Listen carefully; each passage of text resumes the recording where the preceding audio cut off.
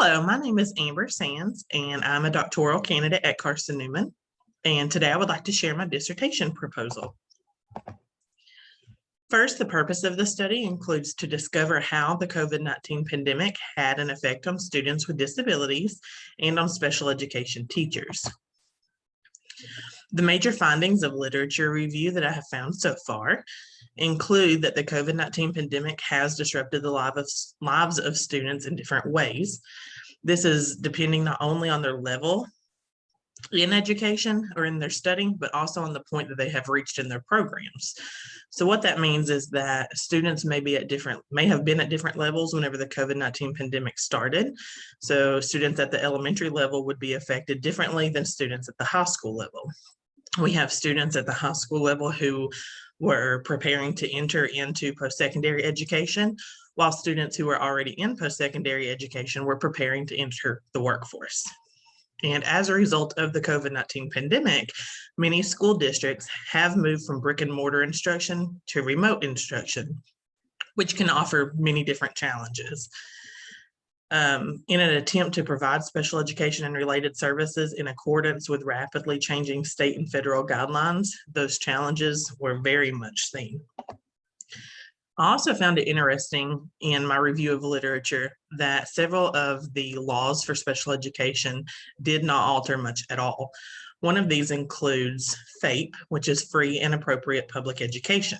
On the Tennessee website, I found this quote, which reads, "School districts must provide a free and appropriate public education consistent with the need to protect the health and safety of students with disabilities and those individuals providing education, specialized instruction, and related services to these students. In this unique and ever-changing environment, OCR and OSERS recognize that these exceptional circumstances may affect how all educational and related services and supports are provided, and the department will offer flexibility where possible. However, school districts must remember that the provision of FAPE may include, as appropriate, special education and related services provided through distance instruction provided virtually, online, or over the phone."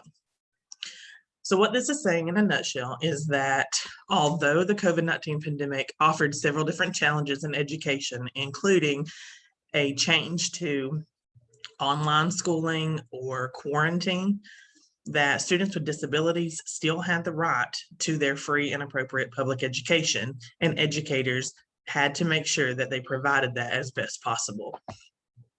So the qualitative research questions that I'm asking are, how have students with disabilities' perception of school changed while learning to navigate the continual changes caused by the COVID-19 pandemic? And how have special education teachers' perceptions of school changed while learning to navigate the continual changes caused by the COVID-19 pandemic? The theoretical frameworks that I'm going to be using include self-determination theory. This theory says that in order for well-being, there must be autonomy, competence, and relatedness. All of those are needed in order to see well-being. I also think it's very important that I place focus on Maslow's hierarchy of needs.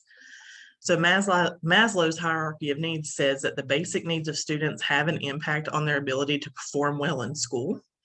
So when their basic needs are not met, which is something that happened quite a bit through COVID-19 pandemic, students often choose to demonstrate behaviors that are not typical for their development.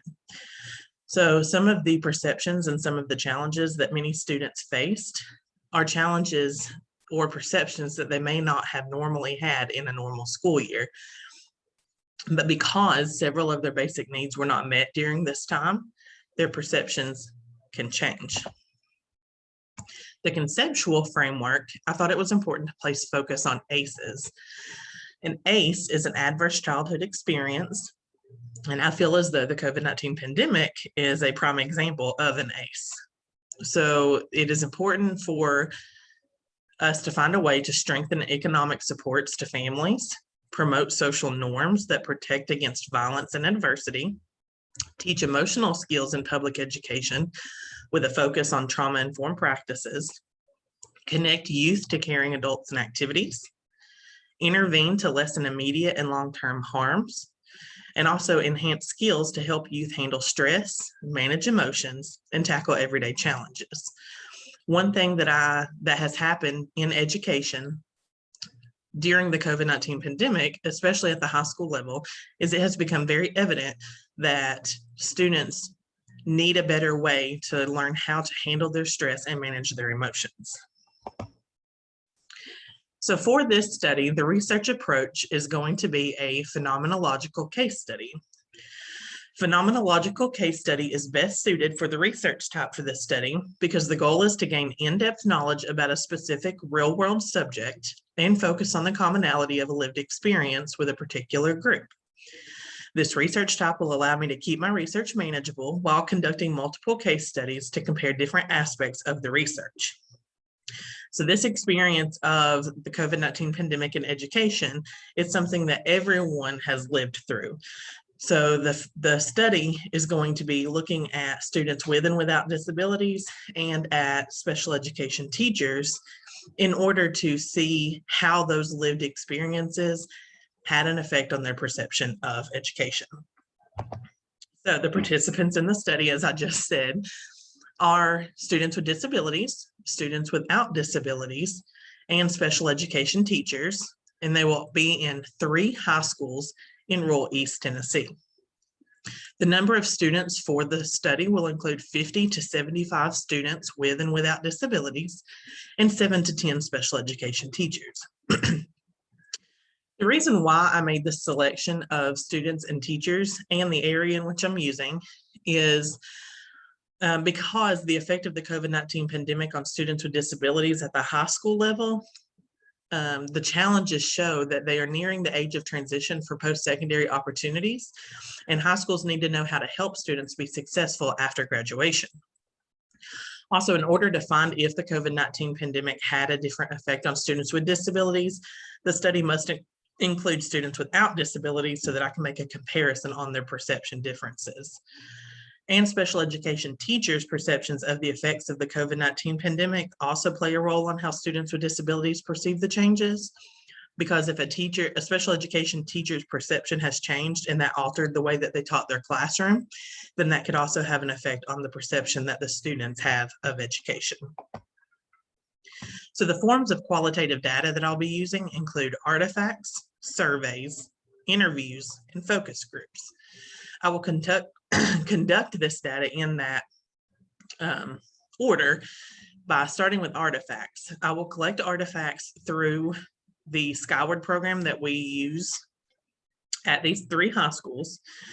The artifacts will be gathered for attendance, grades, things of that form, and the information will be recorded. The surveys is that I will create a survey to be completed by students with disabilities regarding the changes that have occurred in school due to the COVID-19 pandemic. And I will create surveys that will be sent out electronically. The survey will be utilized for students with and without disabilities. It'll be electronic and it'll be analyzed through Google. Then I will go through that data and I will decide who I want to conduct interviews on.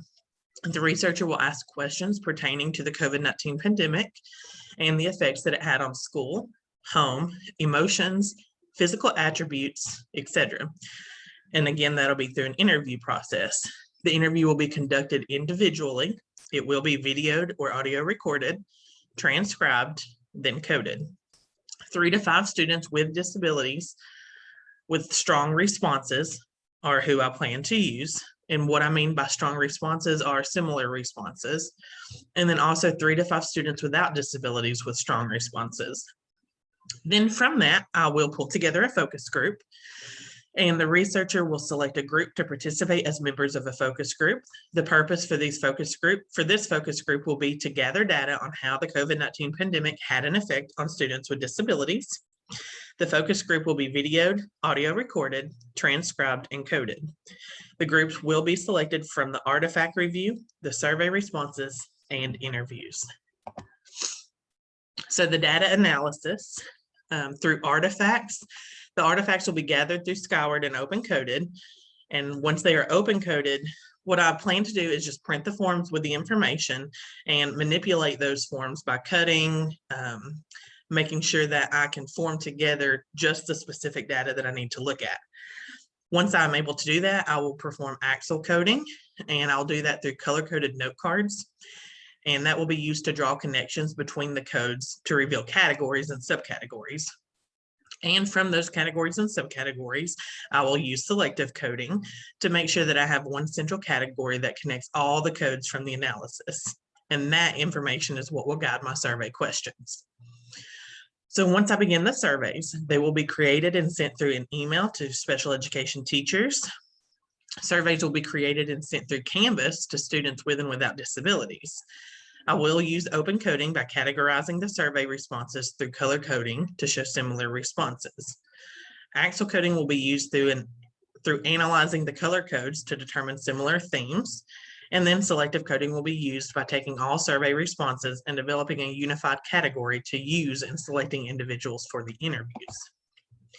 So then once I reach the interview point, all of the interviews will be recorded and transcribed for open coding. The transcriptions will be color-coded to show similarities. Axle coding will be used to make connections between the interviews. And to do that, I will cut the transcriptions into colored strips and place them together. And then selective coding will be used in the interview process through analyzing the breakdown of coding and using the information to guide my focus groups. So once I gather my focus group, all focus groups will be recorded and transcribed for open coding. The transcriptions will be color-coded to show similar responses. Axle coding will be used to make connections from the focus group by cutting the transcriptions into colored strips and placing them together. And then again, I will use selective coding to end the focus group process through analyzing the breakdown of coding and using the information to guide my research. So the trustworthiness techniques that I plan to use include triangulation and member checking to assure credibility and internal validity. Through this, I will use surveys, interviews, and focus groups, and I'll be sure to ask interview and focus group members to be honest in the perceptions of the impact that the COVID-19 pandemic had on education.